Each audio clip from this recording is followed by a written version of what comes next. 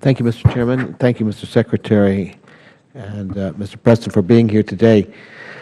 Last week, during our recess, I was home in district, like I think all of us were, and I met with many veterans. I was in Sierra Vista, which is home to Fort Huachuca, and I had about 70 people come to my Congress on Your Corner event that weekend, and over again, virtually every one of them was a veteran. They said to me, "What's going on? We agree that we should never leave one of our armed forces behind." And I agree with that, too. But they wanted me to know if it was appropriate that we released these detainees from Guantanamo in exchange for Sergeant Bergdahl. They asked, couldn't we have gotten a better deal? In your statement, Mr. Secretary, you say that this transfer was a tough call, and I'm sure it was, and that these detainees were enemy belligerents. One of the 5 detainees was the Deputy Minister of Intelligence, and another was the Deputy Minister of Defense for the Taliban. And yet you also stated that these detainees were appropriate in exchange because they had not been implicated in any attacks against the United States, and that you have no basis, we have no basis to prosecute them in Federal court. I actually find these statements very difficult to accept, Mr. Secretary, given the status that these particular individuals had before they were captured. It's hard to believe that these individuals in these positions within the Taliban government had no role in attacks on Americans.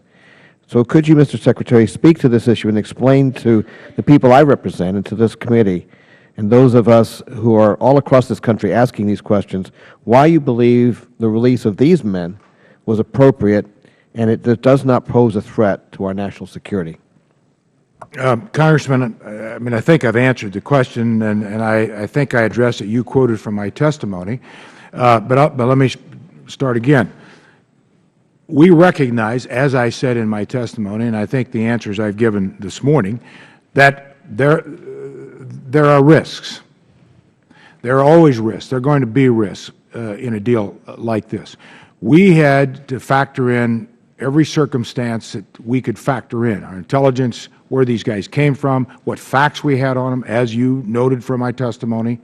How big a risk would they be? How substantial could we mitigate those risks for our country, for our allies, for our citizens, our service members? We think we've done that. We think we've done it through a 12-month, pretty tight enforcement of a memorandum of understanding. We know that after 12 months, that's another deal. But factoring everything in, we all felt everyone was secure on this in the National Security Council, signing off on this.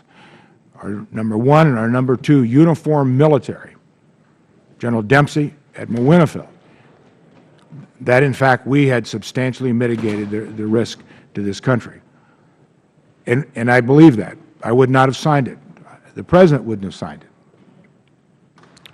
Well, thank you, Mr. Secretary. Let me move to a second aspect of this issue.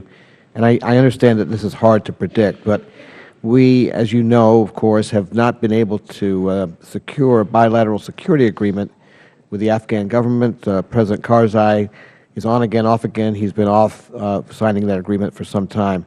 I was in Afghanistan a couple of months ago, and I was wanting to find out how our troops were reacting to this situation, and particularly to the attacks, verbal attacks that President Karzai has made on our troops and our country. Of course, we have an election coming up in just a few days, but my question is, do you have any sense of how the release of these detainees will impact on the ability for us to secure a bilateral security agreement with the new administration, whoever that might be? Because clearly we've seen a lot of anger in Afghanistan over the release, and we wonder, obviously, how that might affect future agreements with the new Afghan president. Congressman, as you know, the 2 finalists, one will be presumably the next president of Afghanistan, either Abdullah or Ghani, have both said and both reaffirmed that they, if elected president, one of the first things they would do is sign that bilateral security agreement. I have seen nothing to change that. We've heard nothing to change that. I believe that commitment is firm from either one of them, from both of them, and they've made that commitment.